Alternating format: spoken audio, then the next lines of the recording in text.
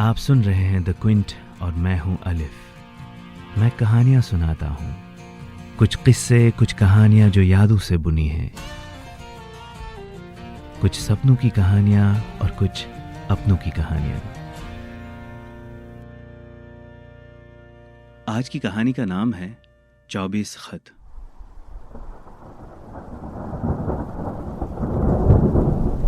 बारिश के दिन फिर से वापस आ गए। गरज, बरस, बरसात की टिप टिप और खिड़कियों के गिलास पर एक दूसरे से रेस अड़ाती बूंदें।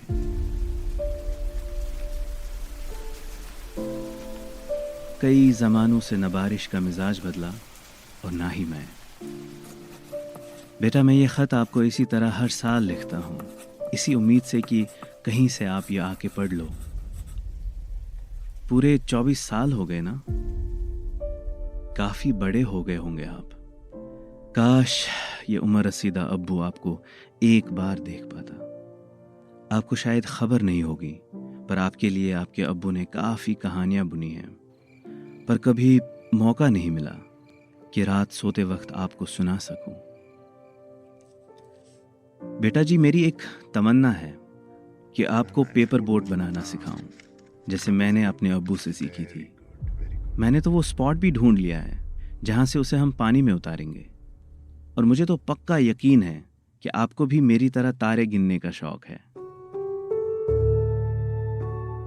हम दोनों मिलकर तारे गिनेंगे। तो क्या हुआ, मैं आपसे बड़ा हूं। मैं अभी भी 20 तक ही गिन पाता हूं, फिर तारे ही खो जाते हैं।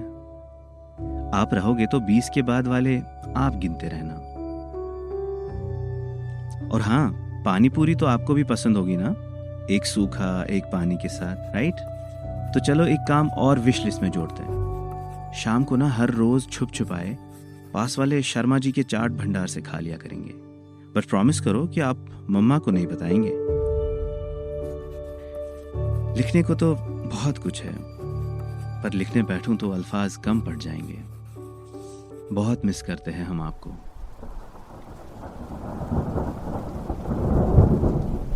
बारिश मुझे हमेशा आपके नन्हे हाथों का एहसास दिलाती है। काश कि ये 24 साल की दूरी 24 घंटों में तय हो पाती। काश कि आप मुझे एक बार, बस एक बार अब्बू कह के पुकारते। वो मेरी बाकी बची हुई उम्र गुजारने के लिए काफी था। हमने तो आपके कमरे की वॉल्स भी पेंट नहीं की। अम्मी का फेवरेट कलर येलो है और मैं पर्पल पे अटका हुआ हूं। आज तक हम डिसाइड ही नहीं कर पाए कि येलो करे या पर्पल, या हो सकता है आपको कोई और कलर पसंद हो। आप एक बार आकर अपना फेवरेट कलर बता दो कि कौन सा कलर करवाना है, और अपने कमरे में आपको कौन कौन सी चीजें चाहिए वो भी बता दो।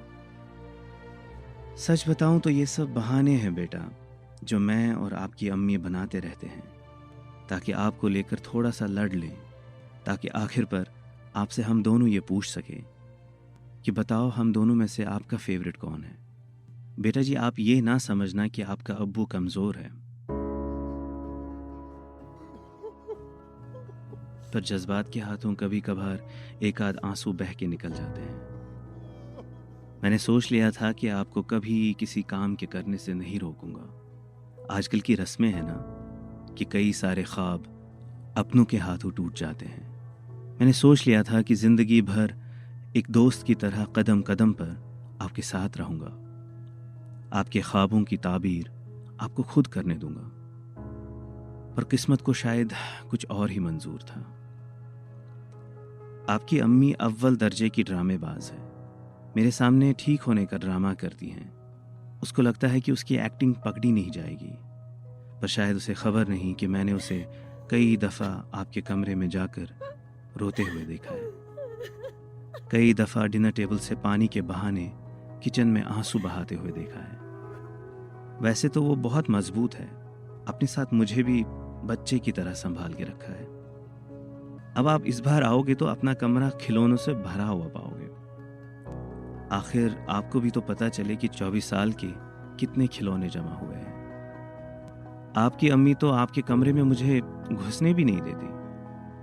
काफी पॉजेसिव है आपको लेकर। अब जब आप आओगे तो खुद देख लेना। अगर आप कभी आ सको तो। 24 साल के ये 24 खत हैं,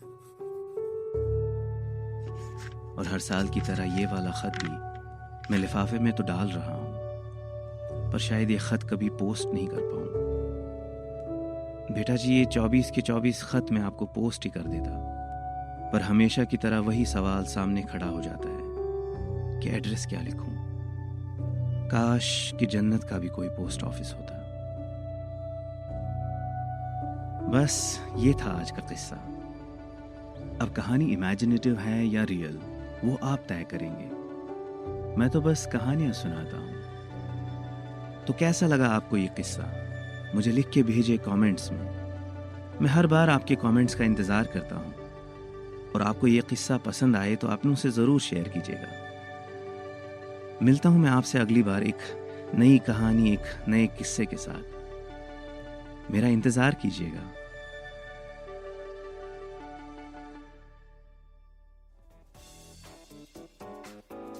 Thanks for listening. Log on to the Quince website and check out our other podcasts